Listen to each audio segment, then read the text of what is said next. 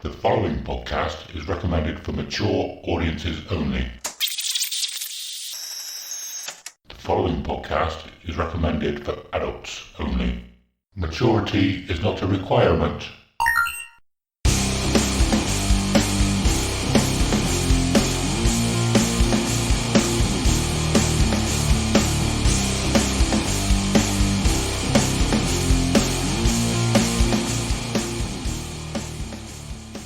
Hello and welcome to episode 38 of Dear Download, a podcast where we get to share our most intimate and treasured memories of Download Festival. We'll talk about each year, the bands we saw, the bands we missed, and everything else noteworthy that happened across the weekend. Also, we'll touch upon any news, other festivals, and the music industry past, present and future. This week we're talking about Metallica. All Metallica, everything we can think of about Metallica and what we can expect, hopefully. Now, I messed up, so I'll get into that. But, yeah, that's it. I am Adam, and as always, I'm here with Simon. Hello, and good Metallica Day to you, sir. Hello. Trying to think of a pun, but I can't. There's got to be a pun there. How are you doing? How has your last couple of weeks been? Yeah, good. Standard, man. Nothing much to report, just standardly kicking off the year, getting back into the swing of things, trying to get pumped for the festival season, looking forward to, all that sort of stuff. But yeah, really glad to be speaking about Metallica, because hopefully we will be enjoying them later this year. Yeah, definitely. Twice as well. Yeah. Well, once for me, maybe twice for other people. I messed up. One of the things I said to you when I thought about the idea for this episode was we can look at the other tour dates that they're doing and try and get a feel of what songs they'll be doing, what kind of sets there will be. I didn't realise they hadn't started that tour yet. I'm looking earlier, and no, they haven't started that tour yet, so I don't know. Kicked off yet. Yeah, that's all right. We'll look at some old gigs. Why not? Yeah, I have done that. I have got their set lists for all the other downloads they've played. There you go. You're a good man. You've done your research. Are you hearing that, listeners? If you're a long-term listener, Adam has done his research. Now we know we're going to get a good episode. Here we go. It's been a while. But yeah, no. Anything new in the last couple of weeks for you? Anything you want to talk about? No, not really. Anything you want to avoid talking about? No, I cannot say. No, honestly, I don't. It's been a very boring beginning to the year. I haven't seen any of my friends. I've just been working, coming home at the weekends, drinking some wine, doing some housework. Oh, actually, one thing. Oh my God, one thing, people. Juicy. I saw Sleep Token at the weekend in Bristol. Oh, nice. Yeah. And I just want to say that Sleep Token have officially leveled up from the band that they were before. From the 30,000 listeners, me and my friend Alex in a tent at Download with no one watching them, to selling out every single tour date and having over 1 million monthly listeners now. I am so happy that people are appreciating Sleep Token. So yeah, but live, always fantastic. Sound was brilliant. I really like that Bristol O2. Great venue. And I had a lot of fun. But that's it. I haven't done anything else but that. Awesome. Have you been to that Bristol O2 many times then since you moved? Because you sort of live just the other side to me. Yeah, so that's loads. Like the biggest venue we have around. Yeah, I've been there loads. I've been to SWX in Bristol as well.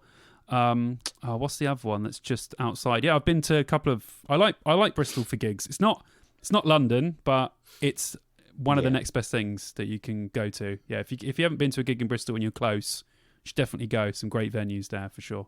Yeah. I'm not sure if I said on here before. I saw Sonic Syndicate there, but it was in the bar upstairs. They weren't on the main you did stage, say. You just did in say. The bar, and it was so nice. Mate, that would have been sick. Yeah, it was cool. Nice. But yeah, no, I haven't done much the last couple of weeks. Is January flying by for you? Oh. Normally, it drags. It's like payday tomorrow.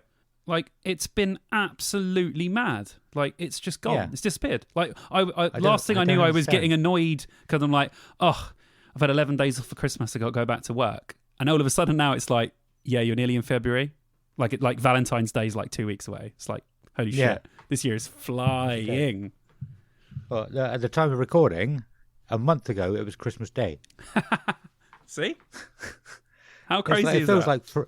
It feels like forever ago, Yeah. but also not very long at all. Yeah.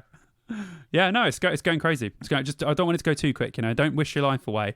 I do wish some of the previous years would have slowed down and not gone so quickly. So don't always live for the weekend, because you will look back and think, wow, a lot of those weeks went very quickly, and all of a sudden, one day I was 21 and the next day you're, in your 30s and you're fat. Hey, that happened to me. I've been driving for Royal Mail for about a year now, rather than on a bike, and I have put the weight on in that year. It's insulation. I'm not walking 12 to 14 miles a day anymore, and To be fair, you would have done a lot of steps before, like a hell of a lot of steps, like more than way more than like the average person. So you're definitely burning less calories. That doesn't mean you're fat, but you're definitely burning less calories than you were. There's no doubt about it. Yeah, beer, just beer belly. That's all it is. But yeah, no, nothing really has happened with me. There's but I got that completely the wrong way around. But you get the picture. Nothing too interesting for me the last couple of weeks either. Not that I can think of. No, nothing really happens in January, does it? Yes, My birthday's at the end of January, and normally it just drags. But don't know this year. It's going too quick. It's flying by, yeah. So, do you want to head into any news or new releases? Do you have some news to talk about? I could probably talk for a whole episode about new releases, but maybe we shouldn't do that on the Metallica special. True. Yeah. Because I literally, since the last time we've done new releases, there has been about 30 new releases. So, is there? Yeah, I could list like tons off. So, yeah. Okay. We'll have to go into that at the beginning of an episode. I'll talk about that. Talk about the one I put in the Discord. Okay. And then we need to talk about Pantera. Did I say I said Metallica just a minute ago, didn't I? No, I said Pantera. You said Pantera. Oh yeah. Should we talk about Pantera? Sure. Rock Am Ring and Rock Im Ring. I've said them right, haven't I? Mm-hmm. Yeah. I'm pretty sure it's just those two, isn't it? Have kicked Pantera off. Well, saying kicked is probably too much to say. Have removed Pantera from their lineup. Yeah. Due to backlash from the community about some things he said, like in 2016. Yeah. Yeah, it was documented at the time about stuff. Honestly, I think with Phil, he just says stupid shit just to say it. I'm not sure he believes any of it, but he's just one of those people that will just say stuff and you're like, ugh, come on. Why? Why would you say that? Why would you do it? He's done it all across the years. They've done loads of stuff. He went through a phase in like 2006 of just doing the Nazi salute while playing with Down, and it was just like, why? It makes absolutely no sense. So I don't know. I he's had a lot of heroin, and his brain is not what it used to be. Although I must say, I think I've said this before on the podcast, Pantera have been sounding excellent since they've come back. He's sounding really good. The band is sounding fantastic. But I've still not checked any of it out. Yeah, they sound really good. But yeah, I can see why. Yeah, you would be removed from that, and I just hope it doesn't affect them anywhere else. Because, like I said before, I really, really, all that shit aside, I would really, really like them to play Download, and I'd really like to see them. I was so close to seeing them as the original band, and then 2001 September 11th happened, so I didn't get to see them, but I did have tickets to see them. So I kind of feel like I'm owed. I know it's not Dime. It's not Vinny, but I feel like I'm owed a Pantera gig. So, owed, yeah. Yeah, fingers crossed that way. 22 years later, maybe I might get to see him. Yeah, awesome. Yeah, no, I haven't really, never really paid attention to what happened. I haven't really even looked it up since with this all this talk about it recently. But I was just curious with the way cancel culture is at the moment. Are more festivals gonna go well, if they're doing it, we better do it. It depends what their community is like, I suppose. Depends how much backlash they're getting from the community. Well, basically, especially in Germany, you cannot say or do anything referencing the Nazis. Otherwise, you will literally be banned. It's a part of their history that is a part of their history. It's not a part of their history that they want to remember. To a certain point, they do, because it is a huge part of it. But none of that stuff will fly. If you do a Nazi salute in Germany, even as a joke, don't expect to go back, because they won't be having any of that at all. And it's totally understandable. I love the Germans, by the way. Absolutely love them to bits. Great people. And I totally with them. I can understand why they've done it. You can't say things about that or do things like that and then expect to just go and, play in that country. So I understand why.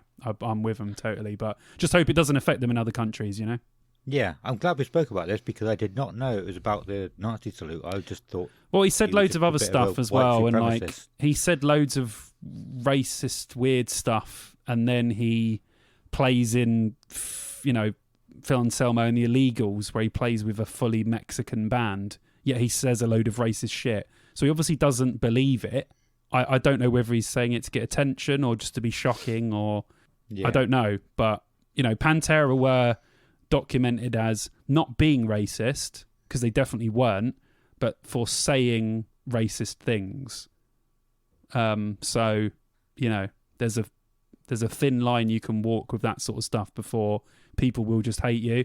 So there's a lot. You just got to be careful, you got to be careful. Just listen, if you're in a band this day, right, just play your music. I don't want to know about, unless you're a political band specifically, I don't want to hear about your politics. I don't care. Just play your music, shut up, and then get off the stage. Yeah. That is, that's the way you should do it. Don't bring anything else in. Play your music, talk about your music, go into depth with your music. But all the other shit, I couldn't care less. I don't care. Just shut up, because you'll say something, then you get cancelled, and then that's it. Yeah. You're done. You're done. I was just about to say, don't say anything, because you'll get cancelled, and I like you. So I don't want you to be cancelled. Yeah, and it's become quite a thing these days for bands to just pop out of nowhere, get really good, all of a sudden, one thing, bang, gone.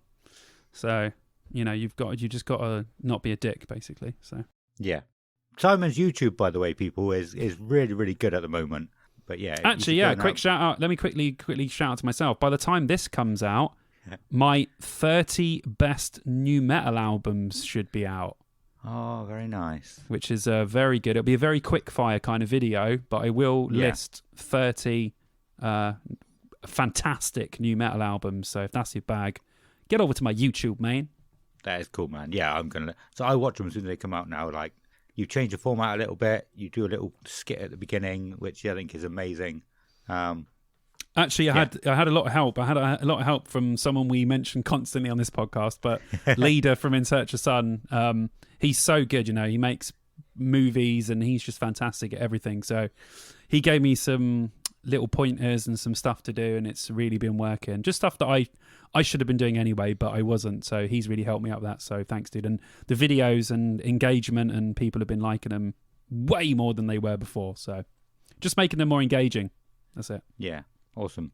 Yeah, when Adam Leader, again, I would have to have him back again, wouldn't we? Definitely. Talking about films, talking about music and films. But yes. Yeah, no, I've always enjoyed, I have. I always used to enjoy listening to an album and trying to pick out the singles from it. And I suppose it makes you listen to, I suppose maybe because it was proving that I've got good taste, or that I've got... or the right taste. Or maybe you've just got a good ear for what, the general audience would like, which is another good trait to have. So I'm sure if you've got an album that's full of fantastic songs and you sit there and you go, right, what should we film a video for? What's going to grab people's attention?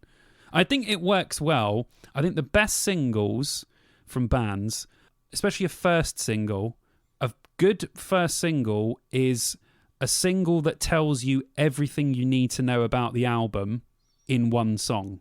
I think those are the best singles. So something where you can listen to the song and go, I kind of have an expectation of what I'm going to get.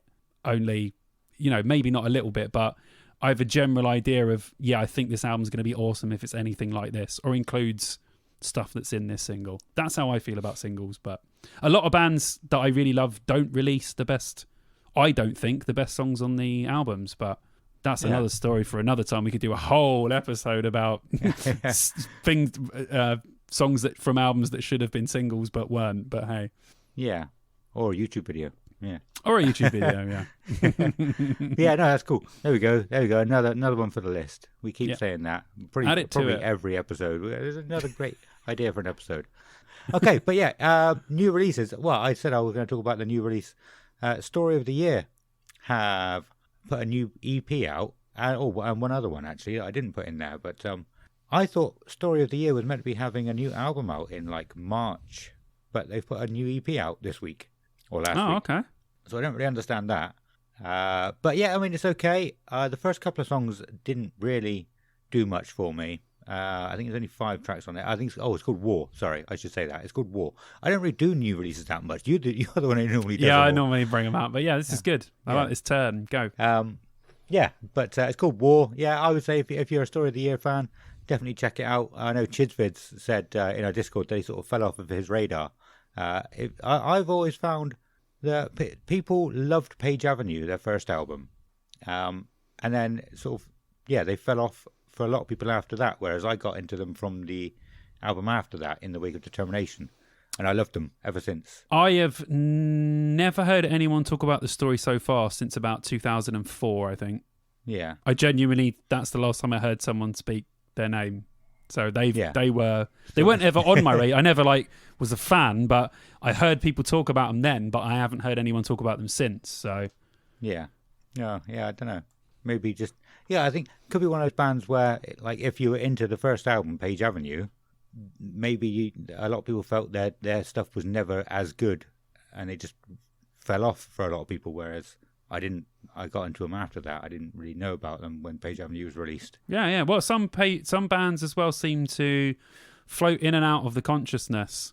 So they'll have their fans that love them, but the mainstream fans won't bring them for a while, and then some bands come in and out. So, be interesting to see what happens. Yeah, definitely. But I'm looking forward to the new album as well. Maybe it's Self-Deception. I could be wrong there. Maybe it's not them. But another band who, this is odd what they're doing, but maybe it's going to become the new norm. But In Flames have put a new single out, and they've added it to the EP that they've already got. And I didn't realise what they were doing. I think they released a 3-track EP, then added another song to it and changed the name of it to the new song's name. And they've just changed it again. I think it was they've added another song to it and changed the name again. So I'm wondering if they're building an album song by song. Very common to do that now. I didn't know that. Sleep Token done that for their entire first album. Did they? They released a song every 2 weeks. So the album started off as 1 song, then 2, then 3, then 4, then 5, until it was the full album. And bands seem to do that now. But I think that was going to be one of my new releases I was going to speak about in a coming episode. I'll go into it in more detail. But that In Flames one, as far as I know, is just an EP. Okay. Cool. But I will say that I've listened to it 6 times, and I think it's fantastic. It's good, isn't it? Really, really good. I can't remember what it's called. Meet Your Maker. Yes, that's the one. And it's heavy. It's fucking heavy. Meet Your Maker has the most 2000s metalcore chorus I've heard since the 2000s metalcore actually happened. It's fantastic. It really is. Yeah, really good. Well, a lot of people have thought that In Flames have fell off for the last few albums.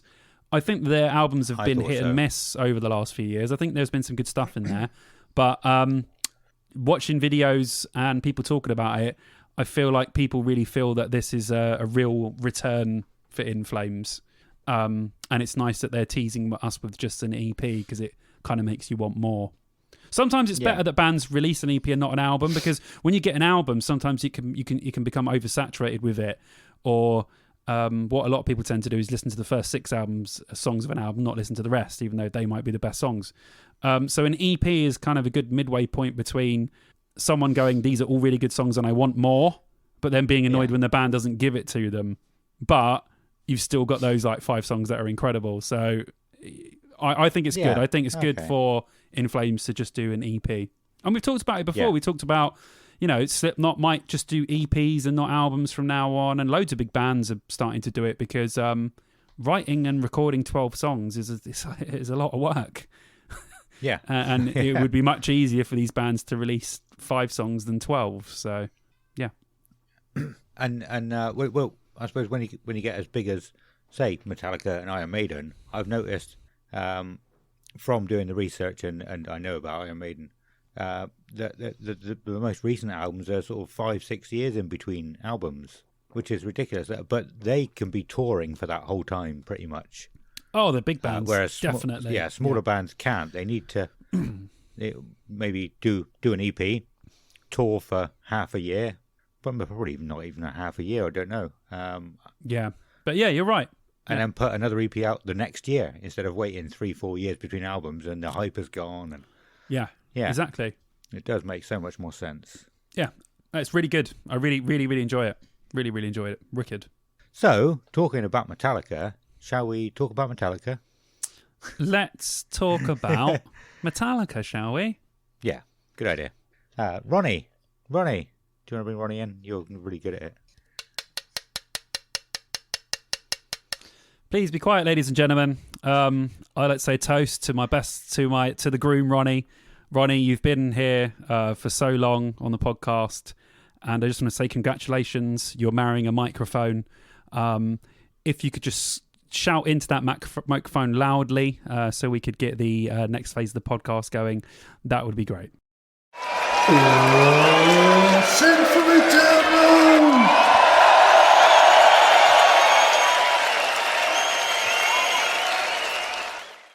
Thank you, Ronnie. Now, we came up with the idea for this episode. We will probably be doing an episode on Bring Me the Horizon and Slipknot as well. Like I said earlier on in the episode, one of the biggest ideas I had was to talk about what we might expect going on, research that we could do, but it's not. We can't do the research because I was massively wrong. So we could probably still talk about what we might expect. I know we've touched upon it a few times in recent episodes, but so Metallica are obviously playing. Oh, I need my Metallica notes up. Metallica are obviously playing 2 sets or two evenings, 2 nights at Download this year, the Thursday and the Saturday, and we thought we might as well talk about them. But for anybody, so I am not the biggest Metallica fan. I do like a lot of their songs. But I don't really know a lot about them, so I thought I might as well go through some information just to catch everybody else up as well. Yeah, wicked. Yeah, so the band were officially formed in 1981, but so they've released 10 studio albums in that time. The first 4 most people would have heard of, but I mean I've always heard of them growing up, but I never actually listened to any of them, but they're the core Metallica albums, aren't they? Really, the first 4. Yeah, they're just so well received by sort of all fans of metal. Yeah. So the first album was Kill 'Em All in 1983, so 4 years since that one. A lot of people will know these ones. Yeah, you got Ride the Lightning, then Master of Puppets, which is probably considered their best album of all time, I would say. Would you? One of them. Yeah. The 4th album was And Justice for All in, what was that one? 1988. 1988, nice. Then, so there's something I didn't know until today. What was their Black album called? Metallica. Yeah, so I didn't know it was actually called, it was just like a self-titled album. Well, the Black album is just a nickname that was given to the album because it was black. I did not know that. Yeah. It's crazy. I hope I'm not the only person, but I didn't. I'm sure you're not, because I still refer to it as the Black Album. Everyone I know, all of my, like me and Wesley, who grew up, one of my best mates growing up, he was the most diehard Metallica fan I ever knew. I mean, I thought I was a Metallica fan, but he was on another level. And we always called it the Black Album. We never called it Metallica. Yeah. So, But But did most of you know it was just called Metallica? We knew it was called like, Metallica, but Yeah. I could understand why a sort of casual fan or someone who knows about metal and knows about Metallica would call it the Black Album, because everyone calls it the Black Album. So, yeah, it makes sense. I mean, there's so many other bands who have got Iron Maiden's first album.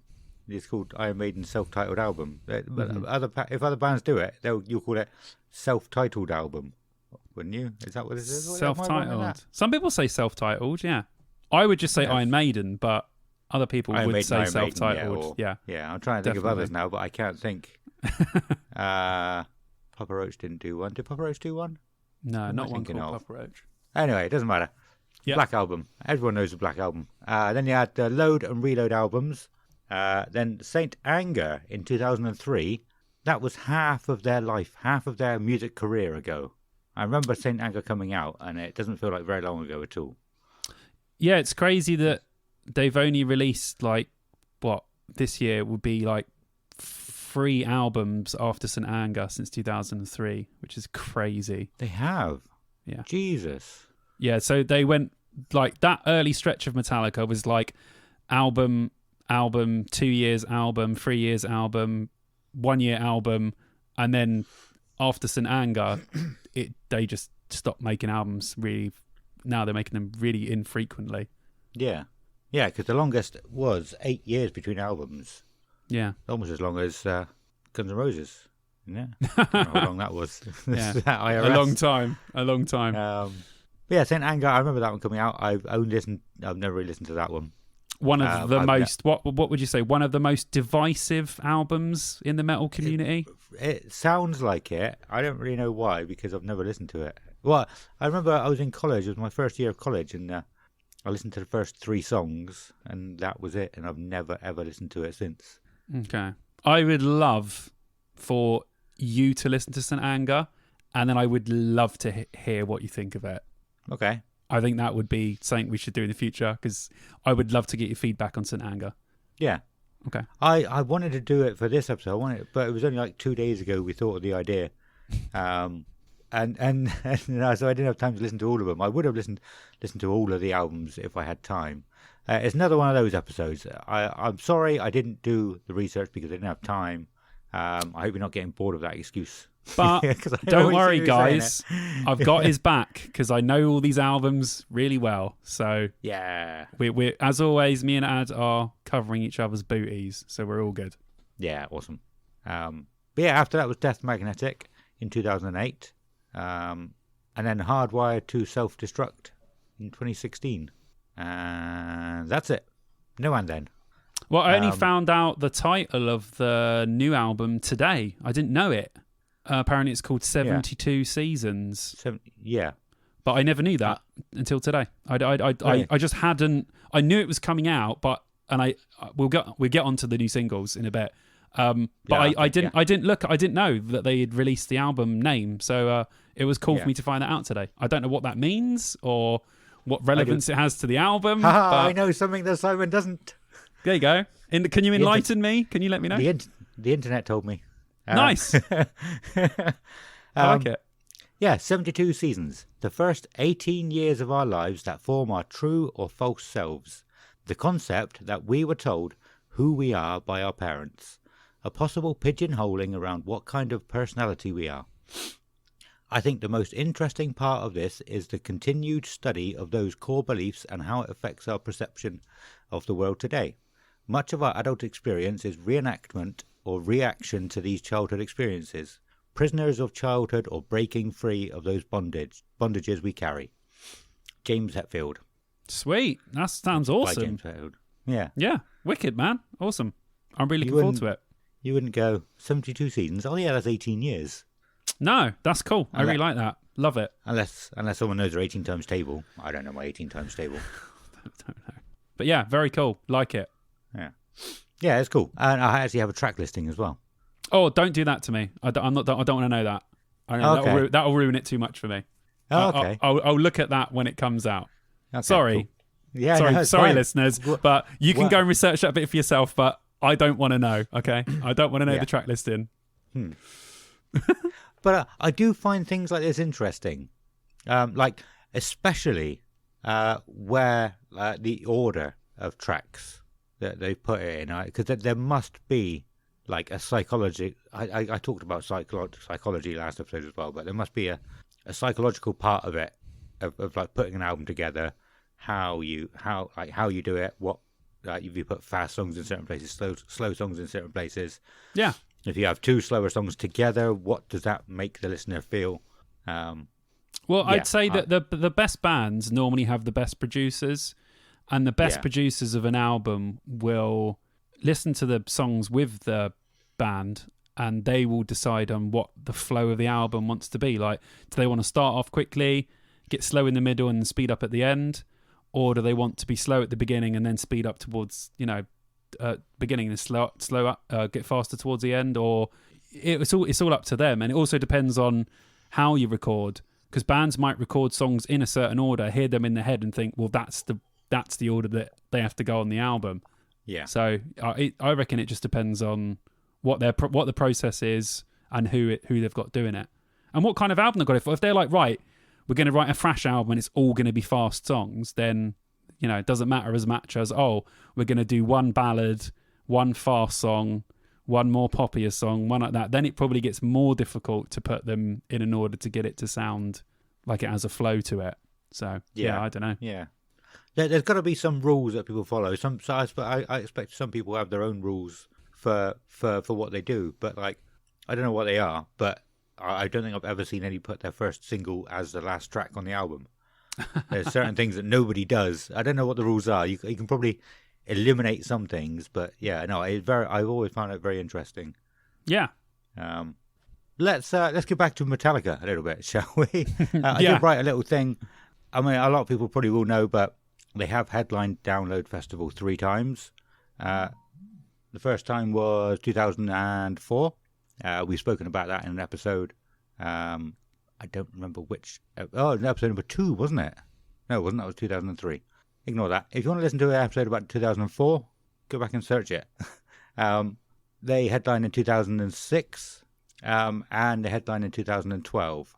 But they also played their secret set, which we have also done an episode on. Where that was episode 8, definitely episode 8. I know that one. Wow, old school. Yeah, I think episode 7 must have been 2004.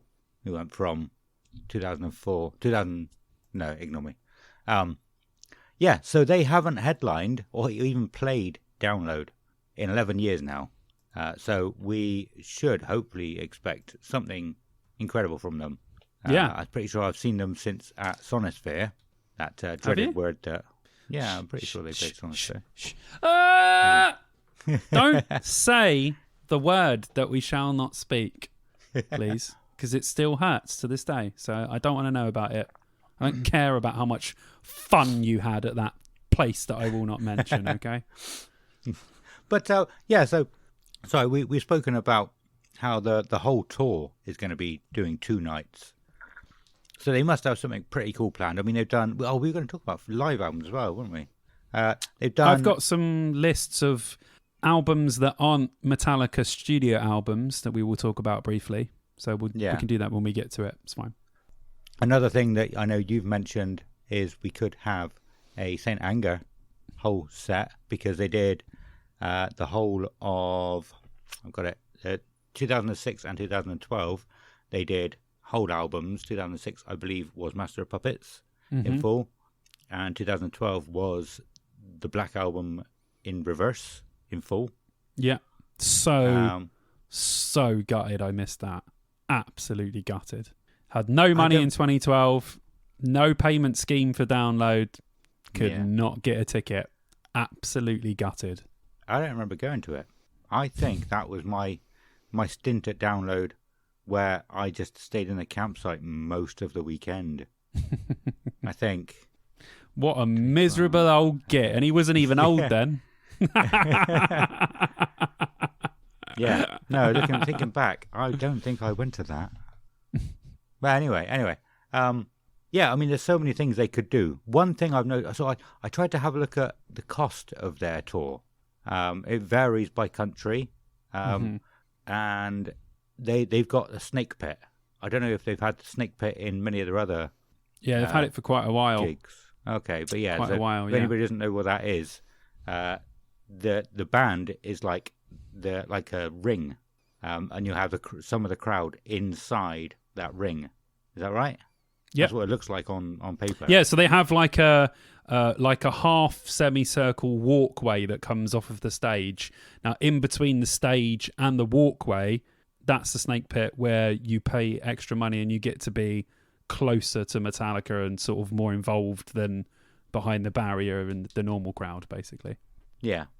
I'd imagine that is very expensive. But yeah, so the price, like I said, it varies by country. Some of the American seats that I saw were like equivalent of about £200-300. So, and that the only time they're playing in England is at Download. So we could, I suppose, I'm not surprised that the price of Download went up if they're expecting to take a similar amount of money, or as they are taking from the rest of their tour. Also, tickets flying out the door as well. I know we spoke about Bring Me the Horizon have a lot to do with that, and probably, well, not so much Slipknot. Slipknot obviously sell tickets, but they've played Download a shed load. Although loads of people are going, no one's flocking to see them, but people will flock to see Bring Me, and people will 100% flock to see Metallica, because like you said, you could pay £300 to see Metallica at a venue, or you could pay £300 to go to Download and see a shitload of other bands and Metallica, possibly twice. Yeah. So it makes a lot of sense if you're a Metallica fan to just buy a ticket to Download. So really happy that they've done that. But as you showed before, we spoke about 2012 was the last Download to sell out. Who was playing? Metallica. Yeah, good point. So that good says point. everything you need to say about Metallica. Tickets flying out the door. So. Yeah, fair play to them. Yeah. I was going to say the same about like the tickets flying out. I'm not sure. I don't know if day tickets normally sell out. They do, don't they? Yeah, definitely. Because there's a much smaller amount of day tickets, and I guess people aren't risking not getting two separate day tickets if they only want to see Metallica, so they just come. Well, I would just get a whole weekend. Yeah. But they'll only go those 2 nights. Maybe the campsite is going to be empty again. Well, I said, the couple of times busiest I've ever seen Download, one of them was recent, which was Guns N' Roses, where day tickets were done, but the whole weekend didn't sell out, but people flocked there specifically to see Guns N' Roses. So I don't know what the Metallica one's going to be saying, but I can guarantee you for at least one of those days that those day tickets are done, mate. Done. Yeah. Sold. Guaranteed. I think probably both. Well, no, I doubt they'll do day tickets for the Thursday. Oh, they might do because Metallica are doing at the moment it's all speculation the there tour. about that Thursday. Everything's still up in the air. We don't know which side we fall on that yet, do we? Right? No. Is it a day for camping? Just campers? Dunno. Is it a full day of music? Dunno. Will there be day tickets? Dunno. I didn't think there would be day tickets until today. Seeing like they wouldn't want people in England missing out on the like half of their tour, which is the 2 days, only 2 dates. So I reckon Metallica might, unless they're thinking in their mind, let's do something more, exclusive. But you never know, do you? No, maybe they've said we'll have the normal amount you would give us. But we'll play 2 nights. We'll play on the Thursday, and all the day ticket sales you get for the Thursday will be the only band we take. Something like that. Yeah. Who knows? Yeah. But yeah, no, it's all speculation at the moment. We want to know more, so we can talk about it. We've got something to talk Hopefully, about. next Download announcement, they'll announce some bands and give us the day splits, so we know what the crack is. Yeah, definitely. But we'll see. Yeah. But, I didn't even say Metallica's new album's going to be coming out on the 14th of April for anybody who hasn't seen. And I wanted to do an episode closer to that date or after that date so we can listen to the album as well, but it's going to coincide with our our countdown to Download episodes. So we have decided to do this here. Yep. But yeah, so many things we can speculate on. The closer it gets, the more excited I am. I think at first I wasn't going to go to both days.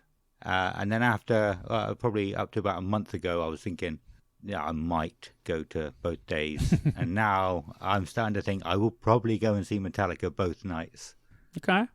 Both days that they play. But depends how drunk I get as well, really. And True. Let's just say, ladies and gentlemen, after I saw this one after Maiden last year, he was very drunk and very excited as well. Like, you literally could not remove... If I had a hammer and a chisel, I wouldn't be able to get the smile off this guy's face after Maiden last year, I can tell you right now. It was great. It was me and you. Awesome. I remember me and you standing there for about 20 minutes just telling each other how good the Iron Maiden set was. We were just telling each other, yeah. Like, we were both there, but yet we were still telling each other, like almost like I hadn't been there and he had been there, and then I'd been there and he hadn't been there. So just telling each other what we just saw and how good it was. Just two Metallica fans fanboying out. It was fucking awesome. Yeah, absolutely. Have you seen the? Have you seen the cover for 72 Seasons as well? Just looking back at my notes. No, don't want to know. Do you want to? Okay. Don't want to see it. Don't want to see it. Don't only see the track listing. I've already know enough with the 72 Seasons. Don't want to know anymore. Okay, I'll check it out when it's a very cool cover. Okay, wicked. I'm just being an asshole. I'm just trying to mess with you. You're trying to goat me, aren't you? I have seen it, but getting it. Okay. Yeah, I'm sorry. What are we talking about? We've done it again. Talking about prices. What can we expect? So I have got a track listing. Is there anything else you want to add on to what I just said, even though I can't remember what I just said? No. No, good. We are going to be doing our top 5 and top 4 as well. Because I've only listened to 4 albums. Top 5 and top 4. All right. But, I started saying, I don't need to say the members, but yeah, I do have a track listing for all of the track listings for all of the times they played at Download. Wow, okay. Even the secret set. I don't know, I don't want to just sit here and list everything, but I did go on to, what was it called? It was setlist.com, I think it just was. Have you ever been on that? Yeah, they're good. Yeah, wicked. Yeah, go on there to check stuff out. Really good. Yeah, today was the first time of me going on it. And it's got so many other stats as well. Yeah, I've never been on it before. Nice, it's great. Yeah. But it's got all the stats as well, like the most played song, what the songs they most played from each album, like the album breakdown, like it will say, they played 3 songs from Master of Puppets, 2 songs from Saint Anger, 4 songs from Hardwired to Self-Destruct, or something like that. And it's very, very cool. Yeah, they got the little pie charts on there. It's fucking awesome. Yeah. Really cool. Good. Yeah, really good website. Yeah, like I said, so I don't really want to go over every song. It's just going to get boring if I'm just going. 2003, they played Blackened, and then No Remorse, and then Hubs. But they only played 10 songs, 11 songs, 13 songs in 2004 with Joey for most of it, I think. Well, yeah, probably because they were a bit limited by him learning most of the songs. Yeah, literally in the rooms backstage. So, yeah, I'm not going to go through it. What else have I got written down here? I haven't really got that much written down. Maybe like 23 songs. So here the last line in my notes, it just says, is a heading or a headline, set list from this current 2-day tour. And that's when I found out they're not actually on that tour yet. So I can't give you anything. All right, shall we talk about the new tracks? Yes. That's a good idea. In our messages, Simon did say specifically, can you listen to the new songs so we can talk about them? And I don't blame him. I had already listened to them at that point. Not in full, to my full capacity in full concentration mode. In fact, I don't really have a full concentration mode. But yeah, so I listened to them again today with like my proper headphones on and everything, and they're good.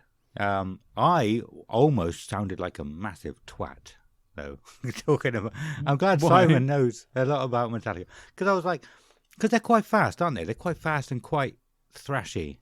Yeah, and I was like, well, it's not like anything they've done before, really. Maybe Fuel. Fuel is a similar kind of tempo, kind of energy to it. I feel like like both of these songs, I really, really like these tracks, like especially Lux Eterna, but I love Screaming Suicide as well. I feel like what they did in Hardwired to Self-Destruct was it's a fantastic album. We'll get to that. But they really went for sort of going back to the thrash sound of Metallica. Yeah. That's not my favourite phase of Metallica. I love some of the thrash albums. We'll get to that. I feel like these two tracks are perfectly between 90s Metallica and 80s Metallica, which is thrash Metallica and hard rock Metallica. I feel like the guitar solos could be from Load. The riffs are very sort of thrashy. Then the vocals is like a mix of the two.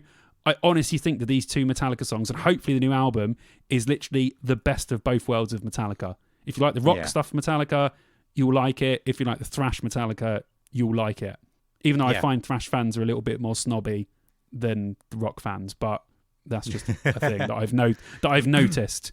But yeah, I think that they're perfectly down the middle of those two phases, which is why I really, really like them, and that's why I wanted to make sure that you listened to them, because I wanted to know what you thought of them. So yeah, what I was saying, I'd forgotten about the original 4 albums, like the thrashy era, and so I was like, when I said it like the same kind of energy as Fuel to it, after a few minutes, I was like, hang on, let's go back and like just listen to a couple of tracks from, say, Master of Puppets.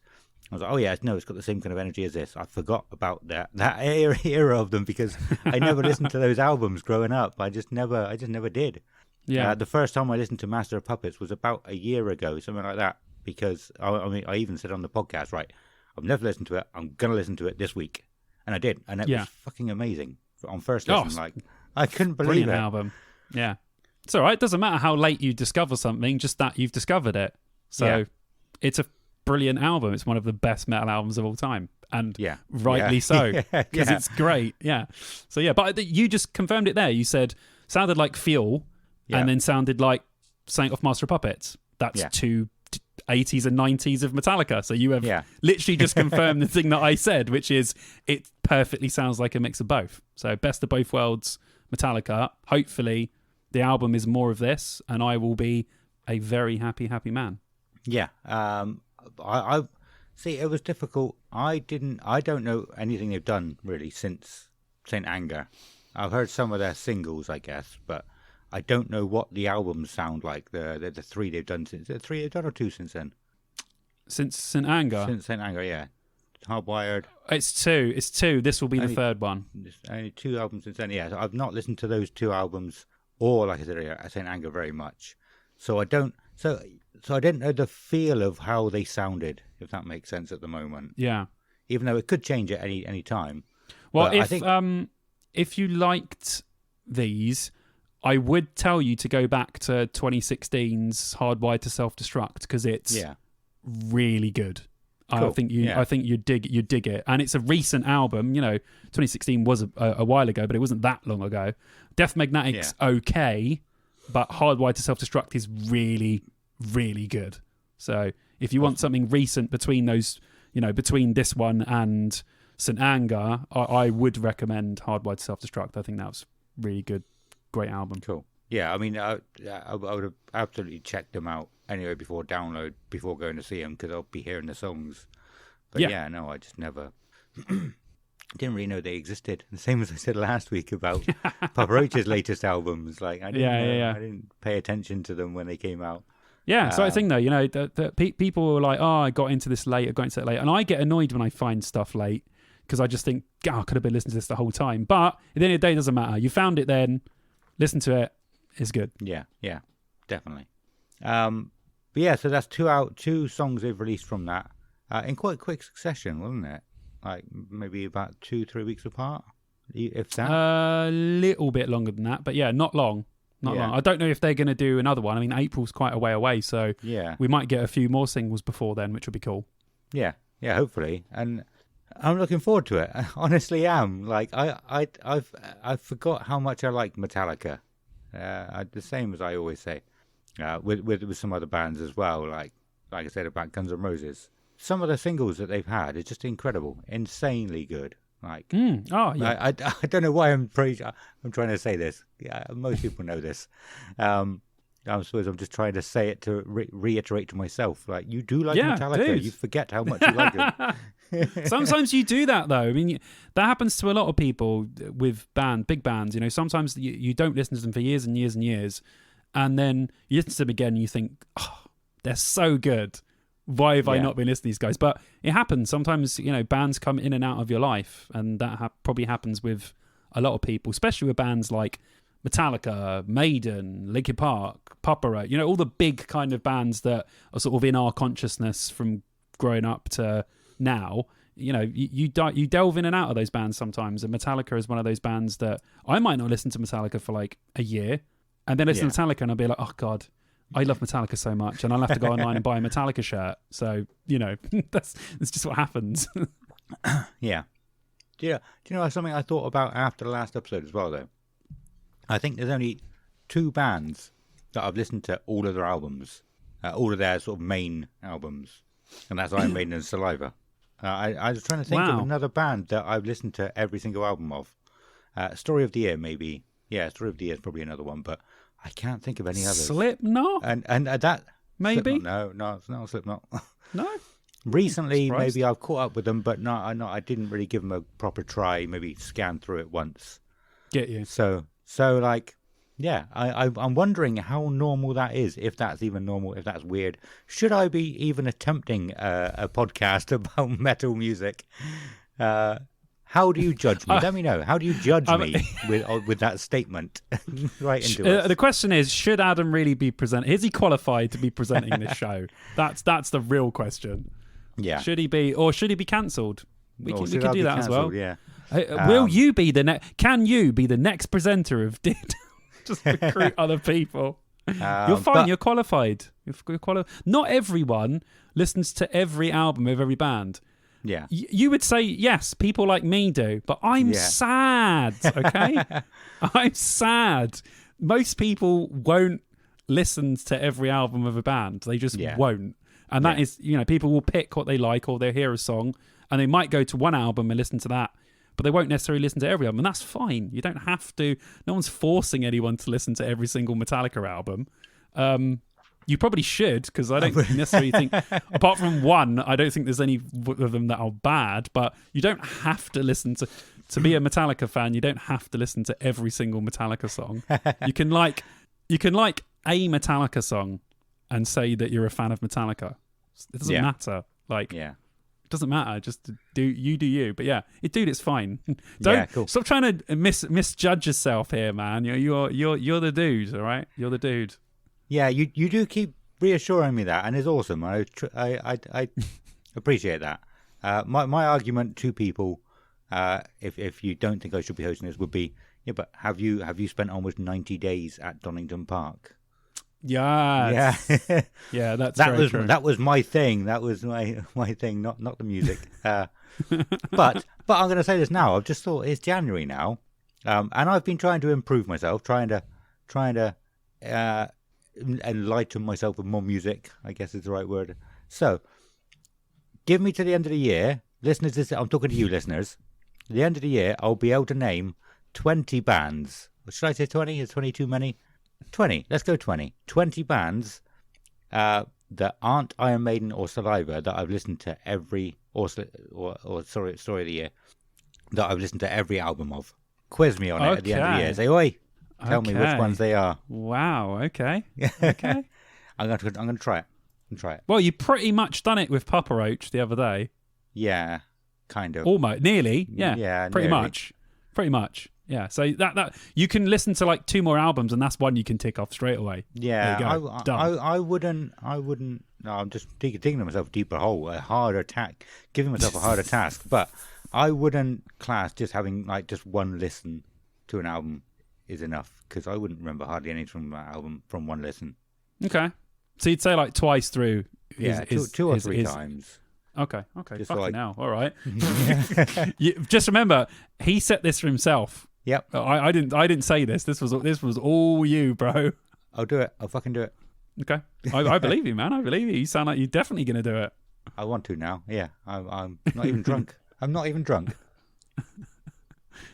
This is cider, not apple juice. No. Yeah, Metallica. Anyway, back to Metallica. Metallica will be my first one. I promise you that. And yeah, I'll listen to all their albums, and we'll talk about them some more. Is there anything else we need to say to them? They've headlined a few times. They are the last people who managed to sell out Download, which I had not considered, which was very cool.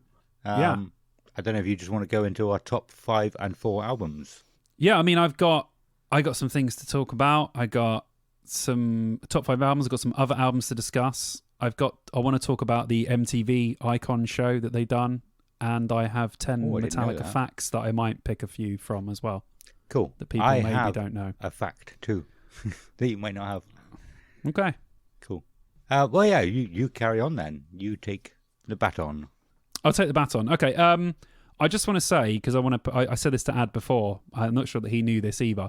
Metallica were the first. It was Metallica and Maiden, but Metallica was the first thing that grabbed me straight away. Like, I had The Memory Remains, Unforgiven 2, and Hero of the Day on CD, and they were the first metal things that I owned. They were the first singles, and Live After Death by Iron Maiden was the first metal album I ever owned.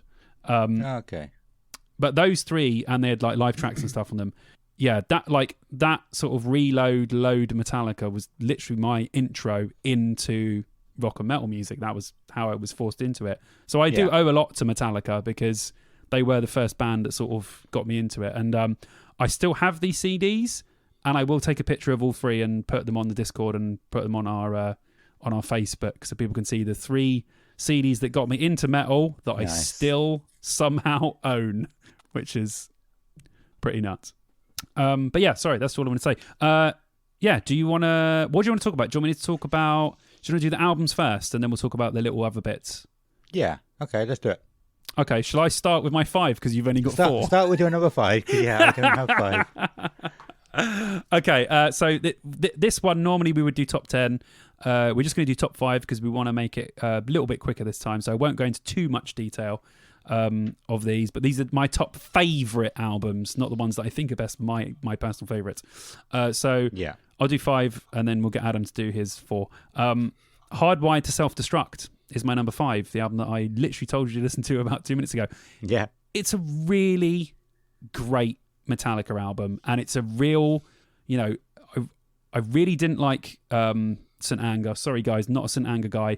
I was lukewarm to Death Magnetic, and then, so basically I waited from Load in 1997 to 2016 until I think I got another good Metallica album.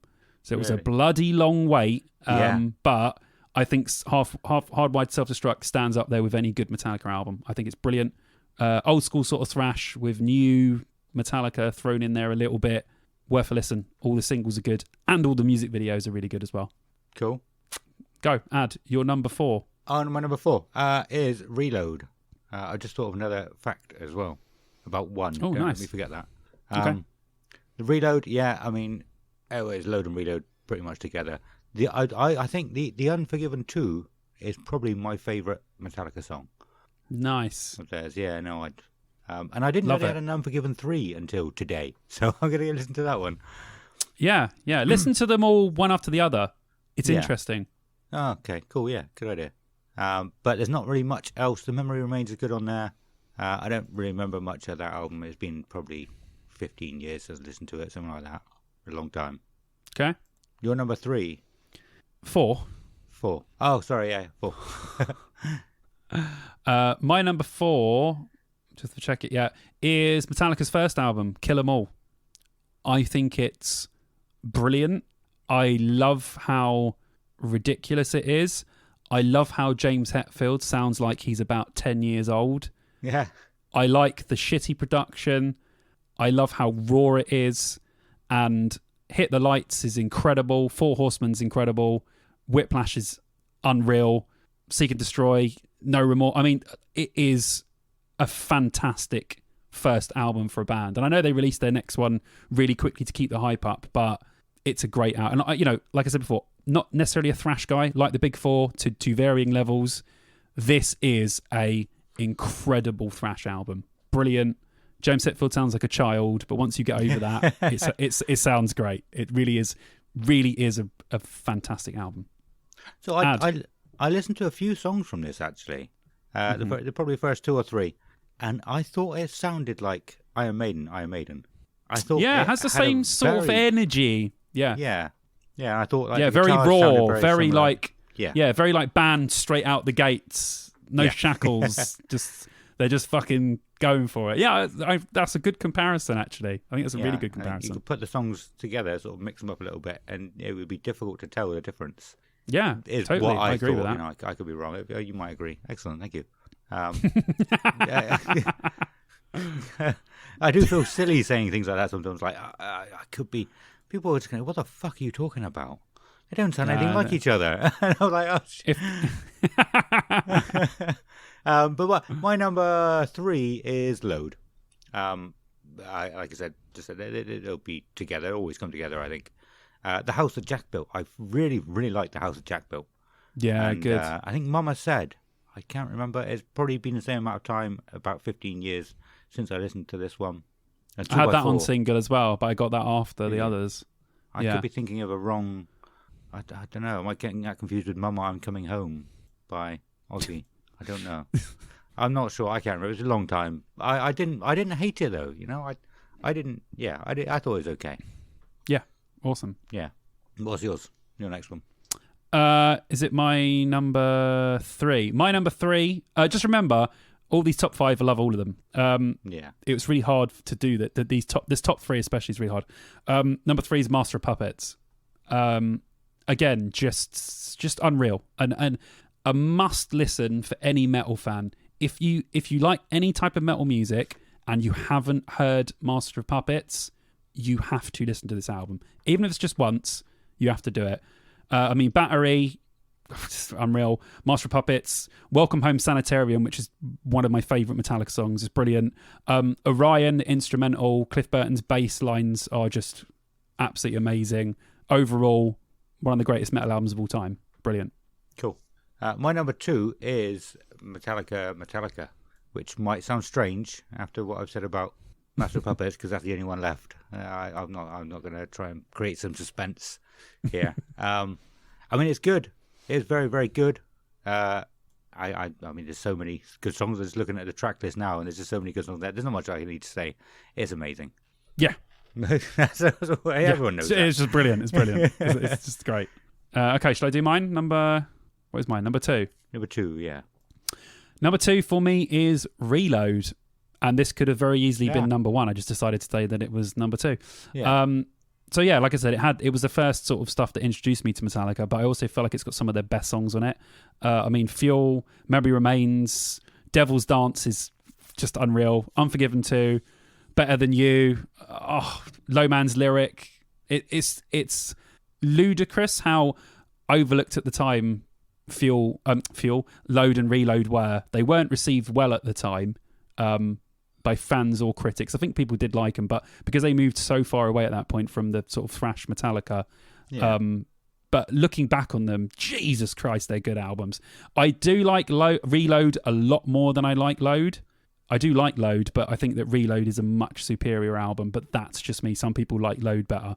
I think that's just a sort of whichever one you prefer. But yeah, great album. If you like hard rock Metallica, sort of more soul to it, bit slower, more sort of guitar harmonies rather than thrash stuff, I think Reload could be the good place to start for if you want to get kicking off with Metallica.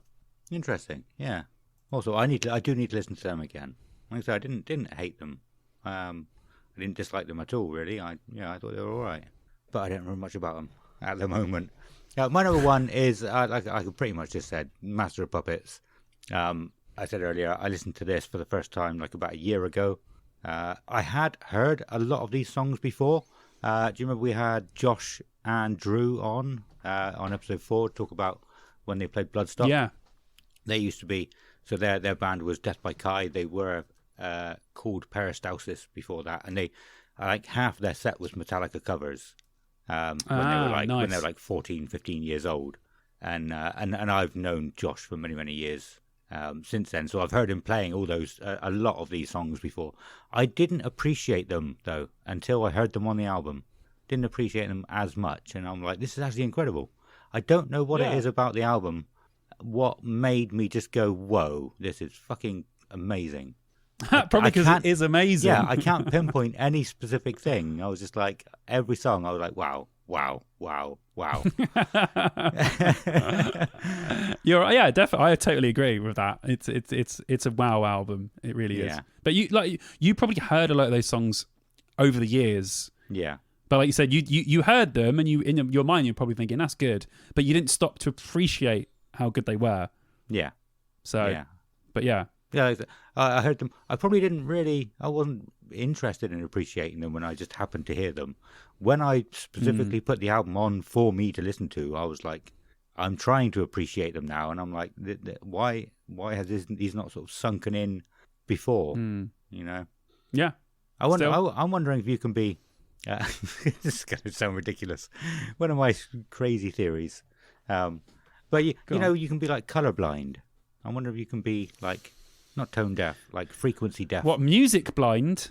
Yeah, frequency deaf. Like certain because it's not just one color you can't see. It's like if certain colors are together, you can't see them. Maybe it's like if certain frequencies are together or certain maybe it sounds weird, and similar to your. I'm just going on.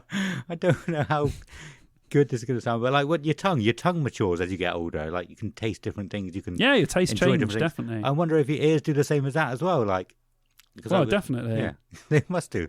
Your music tastes changes. I mean, like 14-year-old Adam. Yeah, won't necessarily listen to the same things that. How old are you now? 21. 21-year-old Adam. 21. Would. Yeah. You know. I mean, in my head, I was thinking that's just all sort of mental. That's all in your head. That's all what you want to listen to, what you choose not to listen to. But no, maybe it's what your ears can handle at the time as well. Maybe what sound it sounds completely different to your ears 20 years later. Yeah, that's what I thought about. I don't know if there's been any studies on that. But there you go, people. I was not get your studies in. Up. Hand your papers in now. Yeah, I wasn't expecting to bring it up on here at all anytime soon, but it came out. It just came. Let me know. Have you heard of that before? I don't know. You might have done, listeners. Anyway, Metallica. Good. They're all right. They're a good band. We done? Yeah. Can I do my number one? Oh, do your number one, yeah. We went off so much on one there. My favourite Metallica album currently, could be swapped with the top three, like I said before, is Metallica, aka the Black Album. Again, I listen to it probably once a year in full, and always say to myself afterwards, holy hell, that was insane. Like start to finish insane. Like to start an album off with a song like Enter Sandman, and then just from no fault of your own, just to go into a song as good as Sad But True is disgusting. Unreal. Holier Than Thou, great. The Unforgiven, the first one, fantastic. Wherever I May Roam, just gets me pumped all the time. Through the Never's great. Of Wolf and Man, it's endless good songs on the Black Album. Yeah, definitely. Again, a lot of these have said it, but another must listen to if you haven't heard it before, because it's worth it. Yeah, I think for me that one, it kind of faded off. It could be where I've just sort of not been as actively listening to. I've done this for a lot of albums over my time. Like I fade off and stop listening to an album come towards the end. So on this one, the last 4 tracks of Wolf and Man, The God That Failed, My Friend of Misery, and The Struggle Within, I don't think I can put a tune to them. I can't think, even though I know I've definitely listened to this album all the way through lots of times, I don't recognise any of those song names. Maybe you need to do what Metallica done. You need to do the album backwards. Front. Yeah. But I think that's why I put. I mean, because this is so good, this album. That's probably why I put Master of Puppets above this one, even though it's much newer to me. But every song just kicked me in the face and went, listen to me, I'm good. Yeah, man. That's fair. Yeah, cool. But yeah, you said you also want to talk about live albums. Do you want to do that now, or do some facts? I'll just run through. Well, I just thought Metallica have done a lot of stuff. They've done a lot of good stuff. They've also what I consider to be one of the most awful albums I've ever heard. It's not St. Anger. So, all right, I'll talk about that first, right? So we've talked. Yeah, okay. We've literally just gushed for like the last 20 minutes, half an hour about how good Metallica are, right? St. Anger aside, because that's something completely different. Lulu, the album that Metallica and Lou Reed done, is almost on the verge of unlistenable. It is horribly arranged, terribly performed, sounds like an absolute mess, and it's two people that should never have made an album together. Yeah. I actively hate this album. It is awful. If you like Lulu and you're listening to this podcast, I'm not going to argue with you because everyone's entitled to like what they like. I would just love to know why you like this album. And I will speak about Lulu no further unless Adam wants to touch on it. I didn't know anything about this album. I'm just having a look now. Yeah, I don't know anything about this album. I never listened to it. Okay. I don't know. Just listen to the first track and Okay. you won't need to listen to any more. Okay. You can if you're feeling that way inclined. If you like a bit of I can make a Metallica pun here. If you like a bit of S&M, not the album, but if you are a bit of a masochist, you can try and get through as much of Lulu as you possibly can. But your ears will start to hurt after the first, I want to say, minute of the first track. Yeah. There's I was just trying to think if it was Lou Reed who did an album just of like ambient sound. It was. Metal Machine music. Yeah, so I heard about that. Yeah, Metal Machine. Yeah. Yeah. It's ridiculous. Oh, it hasn't got very many views. So I heard that he had a bust up with his record label or something. Have you heard that story? No. With you, not. But yeah. Anyway, I heard he had a bust up with his record label, and they were like, "You need to put another album out." So he just leant his guitar up against the amp and just recorded it, and that was it. And he put it out. But recently, people have gone like, "It's a work of art," and they've really studied it and gone like, "It's incredible now if you just look at it in the right way." And I'm just like, he's just a piece of shit. Yeah. Like, he didn't want to make it. It just is. He just put it out because it's a record label. There's nothing to like. You can look. It's when you look into things too much. When you look at modern art or something, I don't know as well. Like it's just a bit of plastic or a bit of rubbish on the ground. Yeah, but it's art. But no, that's cool. That Metal Machine music is cool. That's cool. Lulu is not. No. So yeah, no. I will have a listen to that. Sorry, I was trying to find that to see if it was who I thought it was. That's okay. I did see this on Spotify as I was going through them a couple of days ago. I was like, what the fuck is this? I don't know what this is. Should have called it Lula. Lou Reed and Metallica. No, it doesn't work. Lulika. Kind of works more than Lulu. Lulika. Lulika. Ah, yes, you are Lulika. I'll just touch on some. Go on. Sorry, what are you going to say? I was going to say no. I've never heard of it. I will give it a listen though. Oh, do I have to listen to that one at least twice? Does that? No, is that? I know you don't. You don't. Is that? That's not no. That's not. It's not. I wouldn't put it in with studio album canon. Although it is a studio album, I won't put it in with a canon. Don't worry. You don't have to listen. You just listen to a couple of songs, and you'll get the gist. You don't have to listen to any more. I was going to say. I just want to mention Garage Inc., which is the covers album that Metallica done. Yeah. In 1998. Fantastic as well. I think it's in my favourite phase of Metallica, load, reload sort of era.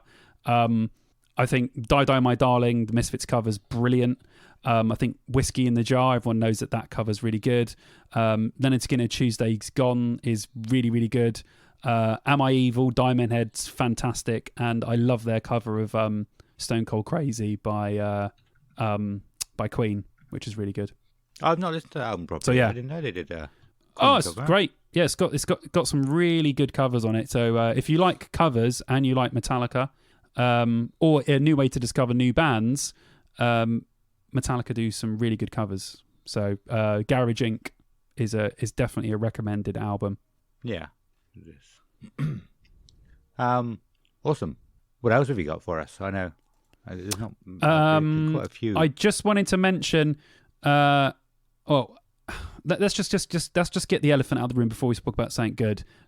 St. Anger, I don't like it.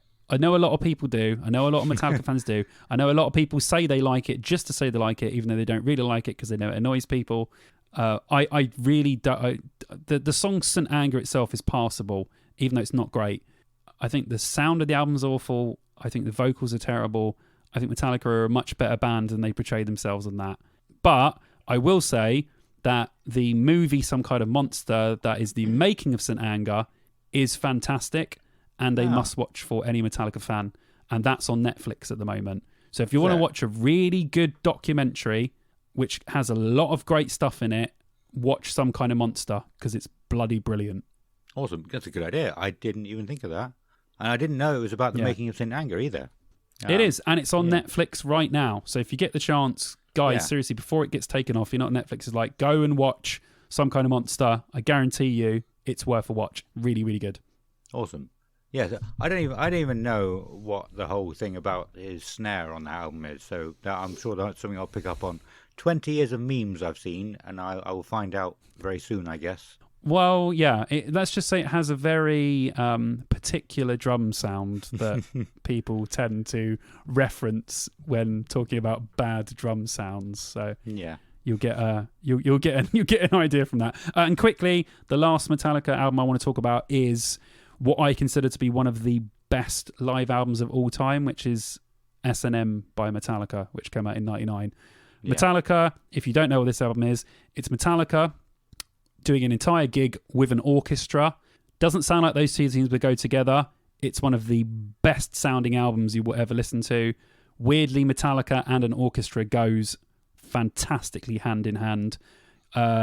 The live version of it, the video version, is actually on YouTube, so go and check that out. But if you just get a chance to listen to it, do it. Also, they done a original song for this album, which I consider to be top 5 Metallica songs, which is No Leaf Clover, made specifically for S&M. It's one of the best Metallica songs in my eyes. Yeah. But yeah, if you're a Metallica fan and you like anything to do with Metallica, you listen to S&M if you haven't, because it's wild. And S&M 2 is quite good. They brought that out a couple of years ago. Yeah. Not on the same level as S&M 1, but still worth a listen. Yeah, I was going to say about that. First, I've seen S&M 2. Are you going to talk about that one? Yeah, it's good. It has a lot of the same tracks on it, and I think that they were done better on the first one, but it's still got some good stuff on it as well. Yeah, still worth a listen, but I would recommend the first one over the second one. Yeah, so I have actually got the DVD of nice S&M, but I don't have the second disc. I was working in a computer game shop at the time. We had loads of DVDs, and someone bought S&M. It didn't have the second disc with it, so he brought it back. I don't know why I didn't have a second disc, and we didn't have another copy, and he really wanted it, so I gave him my disc, my personal disc, and never managed to replace it. So I was like 20 years ago now. I never replaced it. Oh man. But I was so hyped when I first saw that, but because I never had the second disc, I never watched it because I knew I wouldn't be able to watch the second disc, and I don't think I have a way to play DVDs anymore. I don't think I do, but I'm sure it'll be on like YouTube now, won't it? I was going to say you can go on YouTube, watch the whole thing, so you'll be all right. Yeah, download it from Napster or. Go on to Napster, really annoy Lars Ulrich, and reform Napster. Get it from Pirate Bay. Get it from Pirate Bay. Don't do that.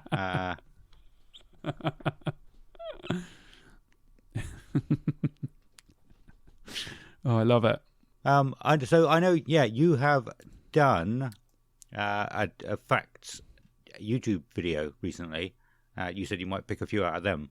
I actually saw a couple earlier that I thought were interesting. I was scanning through a few places, and so the when they recorded the Black Album, it caused 3 divorces. Apparently, I'm not surprised. I don't know much about it, but I just read that, and I thought it's funny to document that it caused 3 people to divorce. Where the fuck did I see it? There we go. Again, that has a documentary, not in the same style that that Some Kind of Monster is. Not quite as as movie-ish, but you can watch the making of the Black Album, and you can see there's a lot of. I don't know. When you watch Metallica, you'll see if you watch Some Kind of Monster, there seems to be a lot of tension when they record stuff. Like they get really, really they obviously really care about what they're making. So they seem to fight and argue a lot because they all care about the sort of individual stuff they're bringing to it. So they're quite an interesting band to watch when they make stuff, because they really do go head to head on some stuff. So yeah. That I can understand why that album caused them to have 3 fucking divorces. Yeah. No, I just read it again. It said it cost like $1 million and ended 3 marriages. Insane. The other one I saw about the video for One. I can't bloody find that quote either. But they actually paid to own the rights of a film for that one. Did you know that? No, I didn't know that. I know the video very well, but I don't know what film it was from. There we go. The footage for One was remixed with the film Johnny Got His Gun. And rather than organise an ongoing licensing deal, Metallica purchased the rights to the film. They just nice. We own that film now. That's awesome. Yeah. Yeah. Should we use some clips? We'll just buy the rights to the entire film so we can use whatever we want. Yeah. Amazing. That's the only 2 that I had from skimming through. What do you want to? I just a couple that I think that are really interesting. So, Lars Ulrich is the world's richest drummer. I thought that was interesting. His net worth is $300 million, which is mad. That is absolutely crazy. Like. Yes, that's just mad. Like, that's such a Lars Ulrich thing as well. I mean, everyone disses his drumming. I know, I never would, but no one thinks he's the best drummer. But God, he's got some money. The other one I thought was really interesting was I'd only do 3. This one, the one I didn't know because I'd seen it at the time, but I didn't know how rare they were. Ride the Lightning one. The album was released in 1984, and it's got a blue cover. But there was a French press where a company accidentally pressed them as green rather than blue. Yeah. And apparently they're like super rare CDs. And if you get an original French press green one, it can be worth a shed load of money. Really? So I thought that was really cool. Yeah, like, just like a misprint. Yeah. Like they used to do on records. There used to be loads of like record misprints of like Beatles, and they're like the rarest ones because there was only a handful made until someone noticed that they were doing the wrong thing. So that's pretty cool. And the only other one I'll put is the Load cover for the album Load. I never knew this either. I knew this, but I didn't know some of this. The name of the Load art is called Semen and Blood because it's made from bovine blood and semen from the artist Andreas Serrano. Yeah. So it's blood and semen mixed together as the cover. Awesome. It looks really cool, but you wouldn't look at it and think that's blood and semen. So I thought that was really neat as well. Yeah, no, saying them, I was like, oh yeah, I think I remember hearing you say that before. I've watched your bloody video on it. So you watched my video? I've heard you saying it before. If you want to know more Metallica facts, go on my YouTube. I have a 10 facts about Metallica video. So if you want any more, those have teased you, go on there. Yeah. The only other thing I have to talk about is the Metallica Icon 2003. Icon? That's the only thing that I have to talk about now. Their live MTV thing. Oh, yeah. Okay, cool. Yeah. When you said 2003, I was like, something to do with their secret set? No. So in 2003, Metallica, they MTV had these MTV Icon series where like huge bands, they were getting them to come on, and they were getting other bands to sort of they like in between the gigs there would be bits about the band speaking about the history and that, and then in between that would be bands of the time doing covers. So you had For Whom the Bell Tolls, like a Metallica medley, For Whom the Bell Tolls, Enter Sandman, Master of Puppets, played by Sum 41 to Metallica. So you had a massive crowd of people, then Metallica watching these bands play this stuff, so you could see their reactions to them playing it. It's all on YouTube. Cool. Yeah, it's really good. It was great. We loved it at the time because at this time I was a huge Metallica fan. Avril Lavigne playing Fuel, which is actually quite good. Yeah. Sad But True, played by Snoop Dogg, which is great. It's ridiculous. It's Snoop Dogg. You know it's sad but true. It's great. It's amazing. You need to check it out. It's great. I do need to check apparently that he's out now. Yeah, apparently he's a massive Metallica fan. Like at the time, he was a massive Metallica fan anyway. And then you've got two, I would say, incredible covers.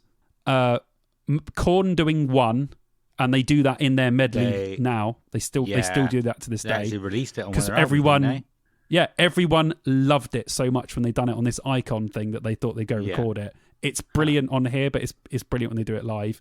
Yeah. And the other one is Limp Bizkit doing Welcome Home Sanitarium, which I think might be the best live cover of all time. Really? It's unreal. And the band's, Metallica's reaction to Limp Bizkit playing it is even better. Because they're literally like, oh my lord, they've made our song into a Limp Bizkit song. Like, what is happening? It's great. But anyway, yeah, if you're going deep into Metallica, you're going into Metallica whole, definitely check out the MTV Icon 2003 thing on YouTube. It's worth it. Yeah, that sounds amazing. It's like they went, how do we get all these massive bands on?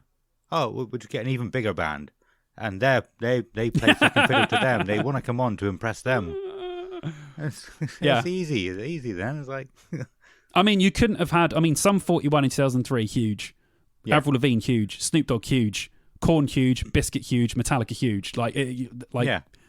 It's just, that's mad. It's mad that even happened. Like, crazy. Yeah. But it is worth a watch. Even if you're just for curiosity's sake, it's worth a watch.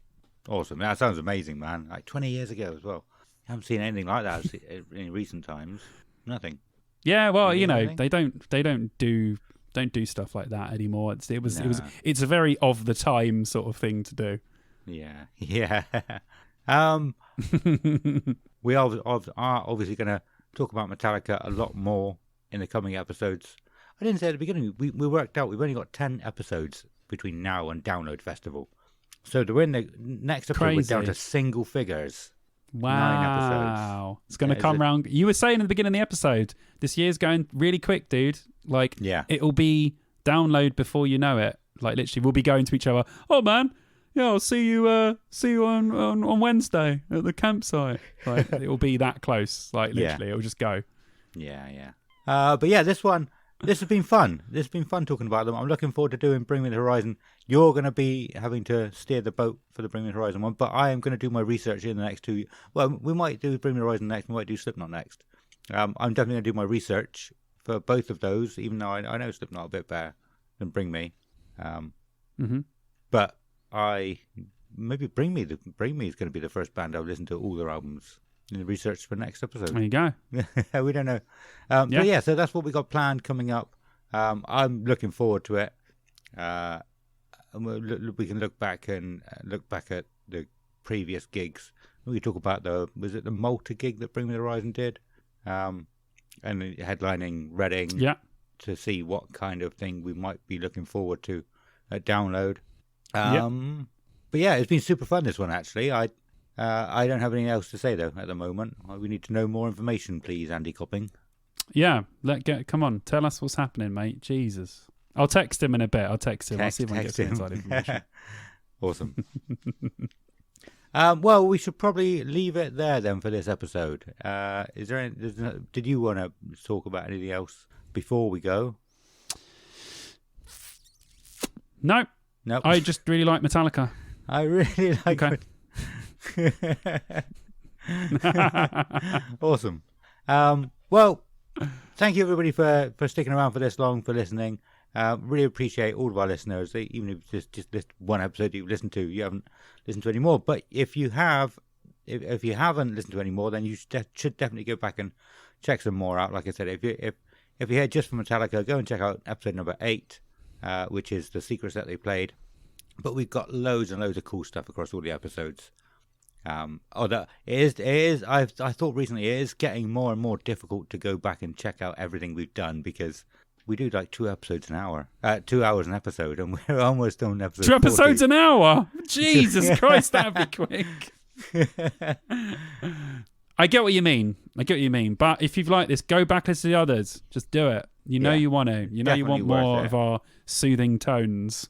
Yeah, soothing. Hey. Hey. Terrible. Yeah, go back and listen to all the other stuff. Come and join us on Discord. We've had some really cool conversations on there about Metallica, about gaming recently. That's been very cool. But yeah, we talk about all sorts. We're on there all the time, and we're just having a lot of fun. We had a couple new people recently as well. So yeah, hello, and said that they're avid listeners of the show. So yeah, thank you. Really appreciate you coming and learning Discord. I promise you, it's not a young man's game. It's not too difficult to navigate once you get into it. We're not young men really that much anymore, and we use it, so it's fine. There's no stigma in joining Discord. Nope. But yeah, if otherwise, come and join us on Facebook, Instagram, all the other stuff. Dear Download or Dear Download Podcast. You can email us deardownload2003@gmail.com. Anything you want, just tell us how much you love Simon's videos, how much you love my voice. No, why did I just do that? Cringe. That is such an awful cringe. Oh, something takes over. I swear. I'm never usually this confident in real life. Something takes over when I'm. I'm just letting you go, bro. I like that. I love it. You're going for it, and I'm just loving it. Do all the good things you do for lots of other podcasts, and all the things that they will ask you, like follow, leave comments, leave ratings where you can. I know you can on Spotify now. You can go to the top and just leave a 5-star rating. I think we've got like 29 ratings now, which is nice. Very nice. Fucking awesome. Yeah. So we really appreciate everything you do for us. But come and join us. Come and chat to us. And go and join Simon's YouTube. I think he's going to be doing some big things in the future. This is the beginning. You can say to people, I was there and I talked to Simon right at the begining. He's massive We'll now. see, but yeah. I sent him my underwear. We'll see. It's going well. No idea. He had no idea it was me. He was so small. Yeah, come over. He was so small back then, he actually signed them and sent them back to me. You would never catch him doing that now. That's what it would be like if you join him now. Oh, Jesus Christ. Please stop. Okay. Don't send me your underwear, but come and subscribe to my YouTube channel. Thanks. Simon Bond, just on YouTube. I think there's nothing else there. There's nothing weird you got up in. It's just Simon Bond. Cool. Well, that's it first from us for this episode. Fuck me. Too late. We've really appreciated everything you do for us. Really appreciate having you here. But now we've got to say bye-bye. So it's a goodbye from Simon. Goodbye. And a goodbye from me. Goodbye.